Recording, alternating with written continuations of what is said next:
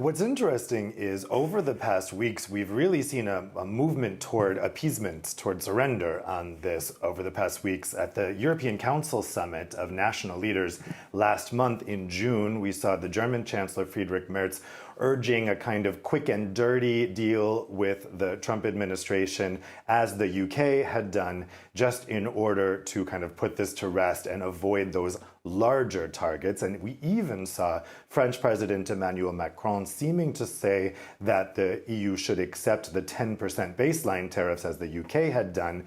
And also, in accepting that, you agree not to challenge that at the WTO, even though the tariffs are clearly arbitrary and illegal under WTO rules. The UK accepted not to challenge that.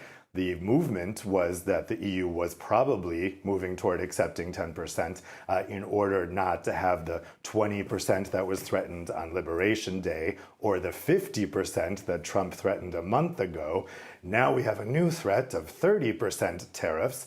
And so the question is how the EU is going to react, because the deadline for that is, of course, August 1st. The very first reaction we saw yesterday from European Commission President Ursula von der Leyen seemed to be in the same surrender mode. It was really unchanged language from before, saying the EU has retaliatory measures possible, ready, but they're going to continue trying to negotiate. But since then, over the past 24 hours, we've seen an interesting development from the German center-right, and they're really key here because Chancellor Friedrich Merz is from the German center-right.